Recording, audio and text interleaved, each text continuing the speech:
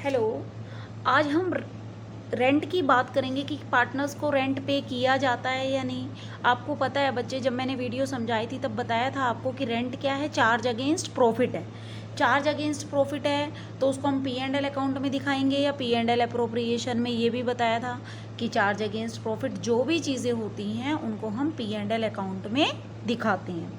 ठीक है ना। चार्ज अगेंस्ट प्रॉफिट मतलब चाहे प्रॉफिट हो या लॉस हो, वो चीज़ हमें पे करनी ही करनी है फर्म ने। ठीक है ना। तो वो देना ही देना है फर्म ने। इससे रिलेटेड हम अपना एक एग्जांपल डिस्कस करते हैं। Aman and Boman are partners sharing profit equally मतलब 1:1 के पार्टनर हैं ये। ठीक है। Business is being carried from the property owned by Aman on a yearly rent of 24,000। अब बिजनेस कहाँ पे कैरी ऑन किया जा रहा है? अमन की प्रॉपर्टी पे किया जा रहा है और उसको 24,000 का रेंट दिया जाएगा इसके लिए per annum. Aman is to get a salary of 1,20,000। Aman को सैलरी दी जा रही है पर एनम पूरे साल की 1,20,000। And Vaman is to get a commission of 5% of net sales. 5% commission Vaman को दिया जा रहा है, जो कि नेट सेल्स कितनी है? 30 लाख रुपए की। इसका 5% वोमन का कमीशन है।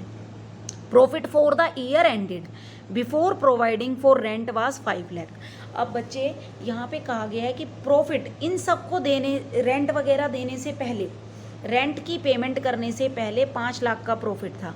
अब जब मैंने वीडियो समझाई थी तब आपको बताया था P&L अप्रोप्रिएशन में कि P&L अकाउंट की एक्सटेंशन होती है P&L अप्रोप्रिएशन अकाउंट। तो हम रेंट किसका आइटम है? चार्ज अगेंस्ट प्रॉफिट है ना, तो हम उसको P&L में ट्रीट करेंगे। तो अब ये प्रॉफिट हमारा कहाँ का है? P&L अकाउंट से।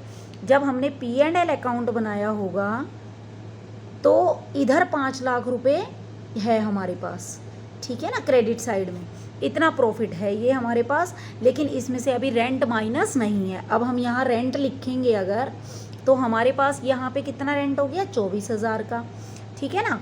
रेंट 24,000 का हो गया। अब नेट प्रॉफिट कितना आ जाएगा? अब नेट प्रॉफिट हमारे पास आ जाएगा 4,76,000 का। इसकी ट्रीटमेंट हम पहले करेंगे, तब हम P&L अप्रोप्रिएशन बनाएंगे। क्योंकि मैंने कहा था कि अगर यहाँ पे हमारा कौन सा प्रॉफिट आता है P&L अप्रोप्रिएशन में? नेट प्रॉफिट आता है चार्ज अगेंस्ट प्रॉफिट्स को चार्जेस को माइनस करने के बाद। जैसे इंटरेस्ट ऑन लोन हो गया, रेंट हो गया, है ना, मैनेजर कमीशन हो गया, ये सारे, इन सब की ट्रीटमेंट हम कहाँ दिखाते हैं? P&L अकाउंट में दिखाते हैं हम। ये हमने 11th में पढ़ी हुई है कि हम P&L में लिखते थे इनको डेबिट साइड में।